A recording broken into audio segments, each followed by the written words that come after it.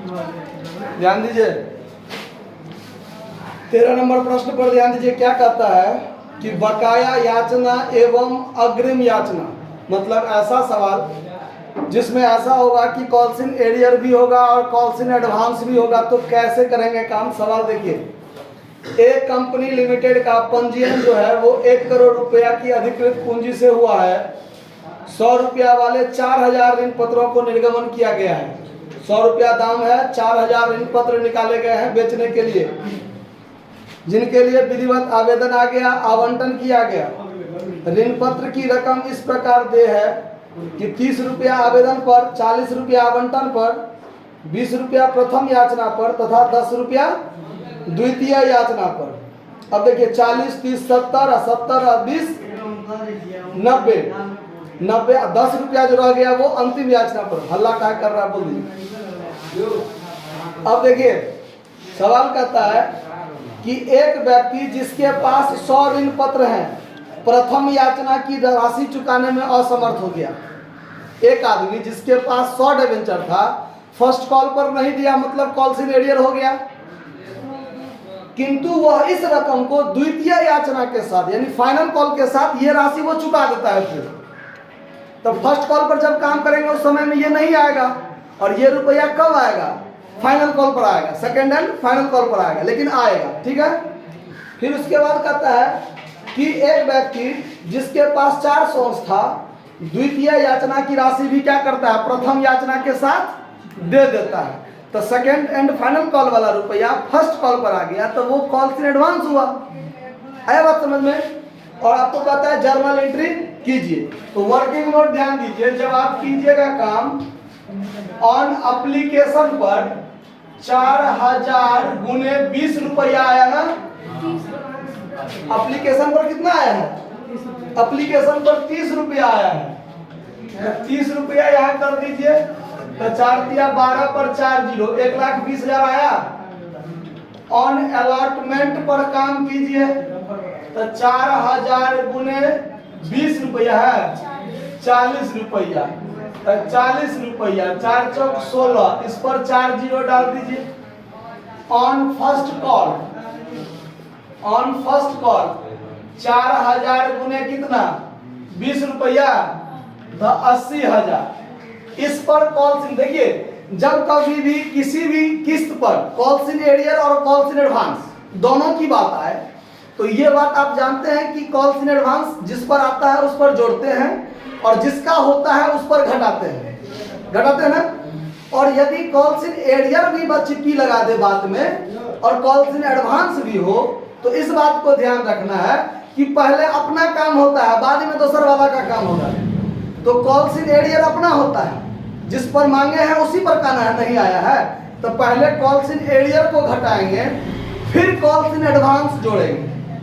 या कभी call in advance घटाना ही पड़े तो कॉल इन एरियर भी उस पर हो, तो पहले कॉल इन एरियर को घटाएंगे, तब कॉल इन एडवांस को जोड़ना या घटाने वाली जो भी बात होगा वो बाद में होगा।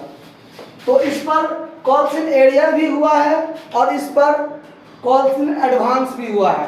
तो पहले कॉल इन एरियर को क्या कर लेंगे, घटा लेंगे, घटा दीजिए। लेस कॉल इन एरियर 100 कितना अंश पर, 100 अंश पर ना।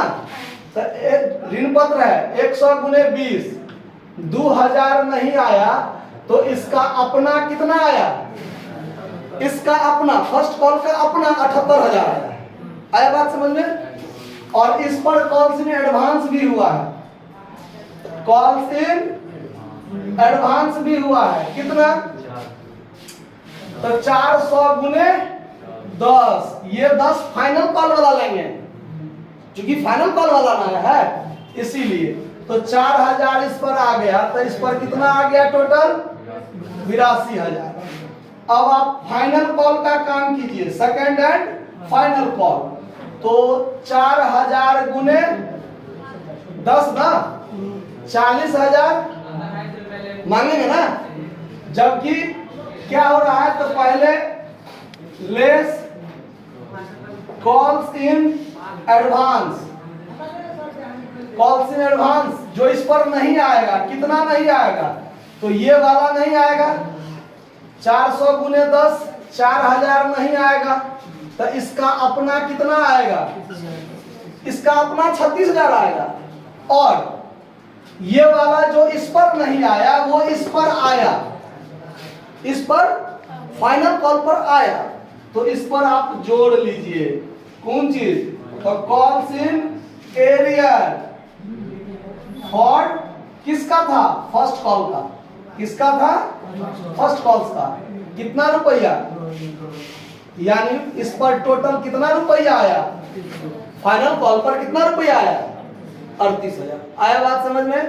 अब चलिए, अब आप बनाइएगा क्या? Journal entries in the books of, कौन कंपनी है? A limited. Journal entry in the books of A limited. ठीक है। एप्लीकेशन पर कोई माथापेची नहीं है। Bank account DR to debenture application account. Debenture application account कितना रुपया? 1,20,000। क्लियर? फिर debenture application account DR to debenture account कितना रुपया? 1,20,000।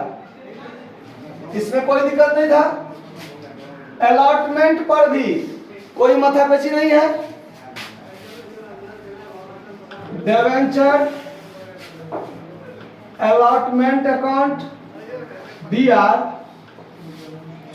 To debenture account. डिबेंचर के पीछे कोई परसेंटेज तो नहीं लगा है।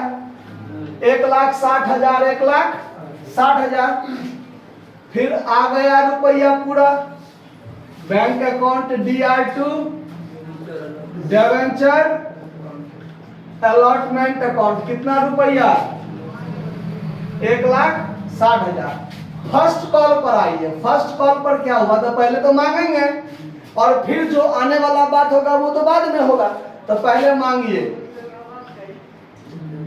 Debenture first call account DR to debenture account कितना रुपया मांगना है? फर्स्ट कॉल पर कितना मांगना है? 80,000 मांगना है। ठीक है। जबकि बैंक अकाउंट के माध्यम से आ कितना रुपया रहा है? 82,000। तो यहाँ क्या लिखेंगे? और यहाँ लिखेंगे to debenture first call. Debenture first call का कितना रुपया आता है अपना?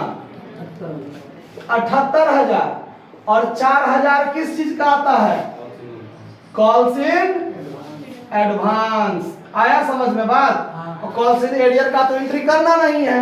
चलिए अब आएंगे हम लोग फाइनल कॉल पर। तो फाइनल कॉल पर debenture final call account DR to